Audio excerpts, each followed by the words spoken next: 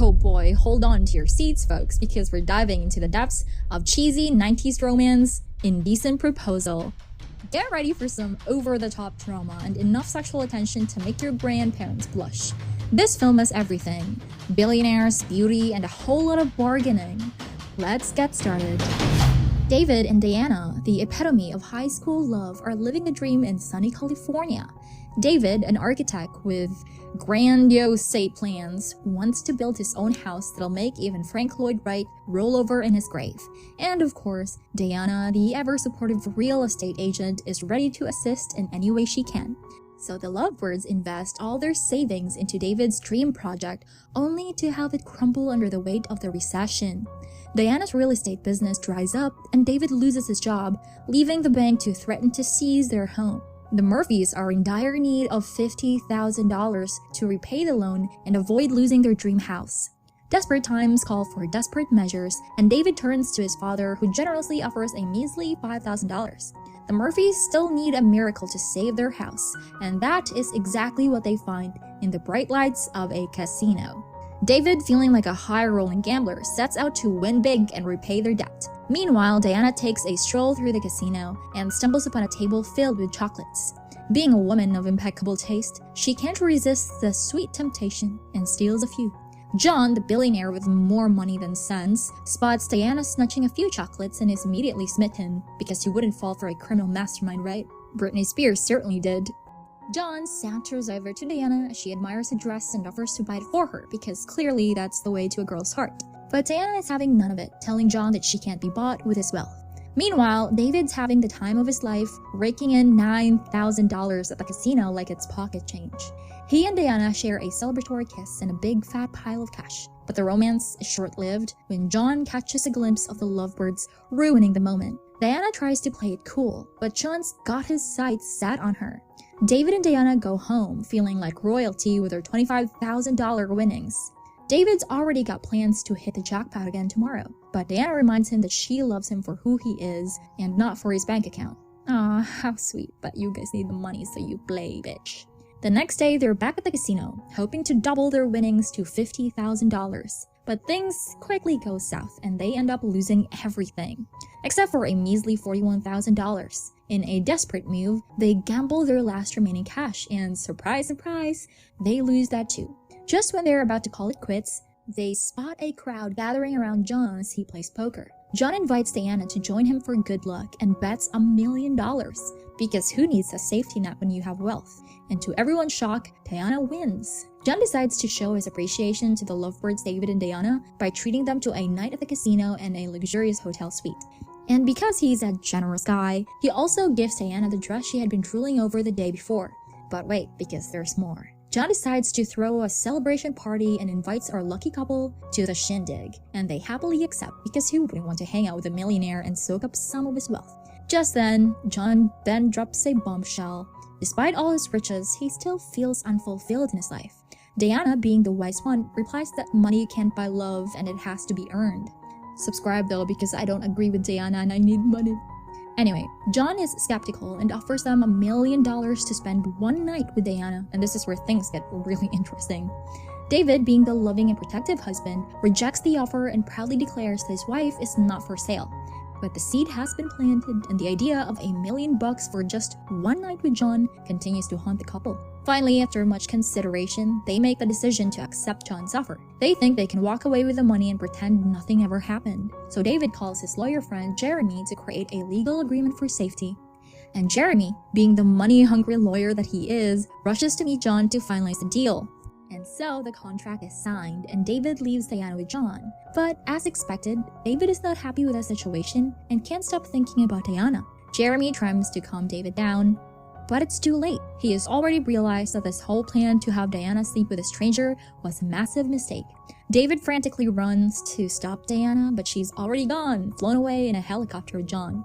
John knew that David might have second thoughts, so he took no chances and headed straight to his yacht where he wouldn't be disturbed. Once they arrive on the yacht, John tries to set the mood, but Diana's having none of it. She just wants to get this over with so she can return to her heartbroken husband. Look at him, he looks like a puppy. John offers her a way out, a coin toss to determine her fate. But of course, he wins and Diana is stuck with him for the night. The next day, Diana returns to David, who has been up all night crying and is completely destroyed. But like a true drama romance hero, he puts in a brave face and welcomes her back into his life. Look at that sweet little brave face. With their $1 million in hand, the couple rushes to the bank to pay off their debts, but wouldn't you know it, the property has already been foreclosed and sold to someone else. So with nowhere else to go, the couple moves back to their old house. Now one day, David stumbled upon a box of matches, left behind by none other than the charming John from the yacht. David's jealousy was off the charts and he confronted Diana with his suspicions. But Diana was having none of it, brushing off the allegations like she was brushing off last night's hair in the morning. Just forget about it. It was just a bad dream, she said, trying to move on. But David was relentless, like a dog with a bone, and decided to do a little digging. Lo and behold, he found John's business card in Diana's purse. Confrontation 2.0 was in full swing, and David was convinced that Diana was cheating. Diana, on the other hand, was getting fed up with constant accusations. I'm trying to do something good for us. So she attempted to buy back their property. Little did she know it was John who had bought it. When she confronted John, he had the audacity to offer her a job. Diana was having none of it and told David all about it. And that is when David exploded. What happened on that boat? Diana, calm as ever, replied, we pumped each other with water for the engine, nothing more. Despite her protests of love and loyalty, the couple decided to take some time apart because, as it turns out, they were just going through a rough patch. Diana finally musters up the courage to call Jeremy and tell him to give David a message. Tell that money-hoarding tightwad to keep his cash. I don't want any part of it. Now, weeks pass and Diana is back in the real estate game because the recession has finally ended. Finally, a reason to celebrate, yay! But just as things were starting to look up, in walks John like a bad penny. He is on the hunt for some property, but we all know what he really wants is to worm his way back into Diana's life.